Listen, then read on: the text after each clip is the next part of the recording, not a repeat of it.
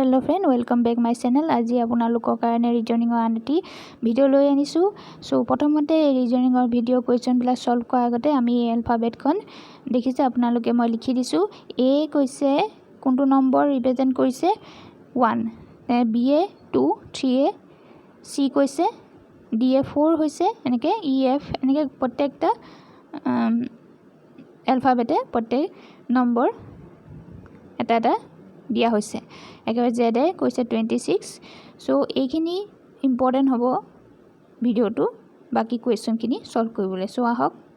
এখন অতি নেসেসাৰী গতে আপোনালোকে এখন মন ৰাখাটো ইম্পৰ্টেন্ট তেতিয়া সলভ কৰিবলৈ ইজি হ'ব গতিকে আহক ফাৰ্স্ট কোৱেশ্চনটো কৰি চাও তো ফাৰ্স্ট কোৱেশ্চনটো দিছে a g is to fl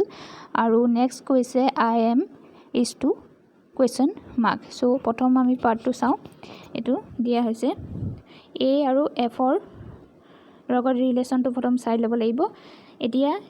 ইয়াত কৈছে a f ৰ লগত পাওঁতে মানে a টো আমি ধৰিব না লাগে কিন্তু b পা আমি ধৰিলে b c d e আৰু f a 1 2 3 4 5 তো 5 এখানে মই +5 দিছো যাতে বুজিবলৈ হয় হয় হেতু উলিয়াই ল'ব লাগিব এনেকে তেতিয়া ইজি হ'ব তা মানে a পা f লে যাওঁতে +5 আমি পালো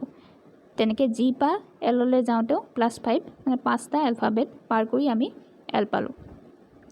প্ৰথম পাৰ্টটো তেনেকে আমি সলভ কৰিলো সো নেক্সট পাৰ্টটো আমি যদি চাও তেনেকে i পিছত কি পাম আমি i টো আমি লিখি ললো i পিছত j k হল l m n n পালো কেনেকে 1 2 3 4 5 5 এ হ'ব লাগিব কাৰণ আগৰ পাৰ্টটোত কৈছে না +5 যাব এলফাবেট গটিকে i পিছত আমি n পালো নেক্সট আমি m টো চাও m টো যদি +5 তা মানে পাঁচটা এলফাবেট যদি যাও m টো আমি লিখিলে m টো কাউন্ট কৰিব না লাগে n পা আমি কাউন্ট কৰিম n o p q r 1 2 3 4 5 তাৰ মানে আমি r পালো সো কারেক্ট आंसर হ'ব n r option A is A correct answer so আশা কৰিছো এইটো কোৱেশ্চন আপোনালোকে সলভটো বুজি পাইছে সো নেক্সট কোৱেশ্চন লাগবাহু এটা কোৱেশ্চন 2 টো যদি চাও f is to 36 বুলি কৈছে ফাৰ্স্ট পাৰ্টটো তাৰ পিছত কৈছে s is to question mark so আমি আলফাবেটখন যদি চাও f এ কিমান নম্বৰ ৰিপ্ৰেজেন্ট কৰিব 6 আৰু s এ 8 গটিকে 36 পাবলে 6 multiply 6 is equal 36 পালো সেম কন্ডিশন এপ্লাই কৰিলে সেকেন্ড পাৰ্টটো কাৰণে s এ ৰিপ্ৰেজেন্ট কৰিছে 8 ক গটিকে 8 multiply 8 64 so correct answer hobo option b 64 so next question le eta question 3 to jai ami sao g m a n is to 7 1 3 1 1 4 first part dia hoise ekhini dise next কৈছে f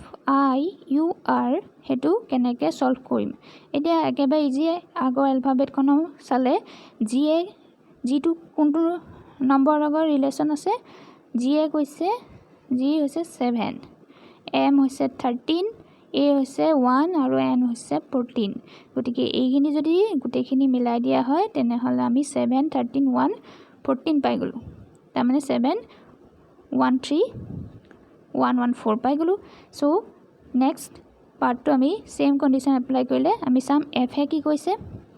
f এ কোনটো number কৈছে 6 কৈছে i এ কৈছে 9 আৰু u এ কৈছে 21 আৰু r এ কৈছে 18 গটিকে গুটেখিনি যদি আমি মিলাই দিও তেনে হলে কি পাম 6 9 2 1 1 8 পাম so option A is A right answer so আশা কৰিছো এটো আপোনালোকে সলভটো বুজি পাইছে সো নেক্সট কোৱেশ্চন হলে আগবাহু এটা কোৱেশ্চন 4 টো দিয়া হৈছে d f g is to 168 first part টো সেকেন্ড পাৰ্ট টো কৈছে i k m is to question mark টো কেনেকে সলভ কৰিম আমি এতিয়া চাব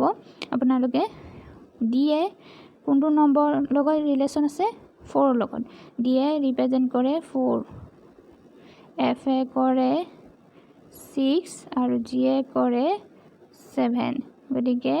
এই গোটেইখিনি 4 মাল্টিপ্লাই 6 মাল্টিপ্লাই 7 ইজুকেল কিমান পালোঁ আমি 168 সো সেম কন্ডিশন এপ্লাই কৰিলে আই এ কোনটো নম্বৰ ৰিপ্ৰেজেণ্ট কৰে 9 কৰে কে 11 আৰু এম এ কৰে 13 গতিকে কি কৰিম আমি এতিয়া 9 মাল্টিপ্লাই 11 মাল্টিপ্লাই 13 কৰি দিলে আমি ইজুকেল কিমান পালোঁ 1287 সো কাৰেক্ট আনসাৰ হ'ব অপশন বি এটো ইমান টান নহয় ইজিয়ে আশা কৰিছো আপোনালোকে ধৰিব পাৰিছে বুজোৱাটো সো নেক্সট কোৱেশ্চন লৈ আগবাঢ়ো এটো কোৱেশ্চন 5 দিয়া হৈছে ADH is to CFG আৰু ফাৰ্স্ট পাৰ্টটো আৰু সেকেন্ড পাৰ্টটো কৈছে MUG is to question mark to solve কৰিবলৈ আমি প্ৰথম যেনেকৈ প্ৰথম পাৰ্টটো সলভ কৰিলম সো ফাৰ্স্ট কোৱেশ্চনটো আপোনালোকে দেখিছিলে কেনেকৈ সলভ কৰিছিলো একেই ধৰণে এটো কৰিব লাগে A পিছত কি পাম B C পালো গতিকে 1 2 প্লাস 2 হল এ একে ধৰণে D পিছত F পাবলে EF প্লাস 2 এনেকে H পিছত J পাবলে একেই H পিছত কি হ'ব IJ গতিকে প্লাস 2 এনেকে প্ৰথম পাৰ্টটো আমি সলভ কৰিলো দুটা মানে প্ৰথম প্ৰত্যেকটা এলফাবেট গৈছে প্লাস 2 কে দুটা এলফাবেট গৈছে গতিকে সেকেন্ড পাৰ্টটো এটা সলভ কৰিলে আমি m ৰ লগত প্লাস 2 কৰিল মানে প্লাস 2 মানে m ৰ পিছত কি এলফাবেট হলে দুটা এলফাবেট হলে আমি পাম m ৰ পিছত আমি এতিয়া n o পাই গলো নেক্সট আমি এতিয়া u পিছত কিমান দুটা এলফাবেট গলে কিমান পাম u টো কাউন্ট কৰিব নালাগে w পালো vw তাৰ পিছত g পিছত কিমান গলে আমি পাম g টো কাউন্ট কৰিব নালাগে তাৰ পিছত কি হল h i সো i পাই গলো সো a आंसर টো কি হ'ব o w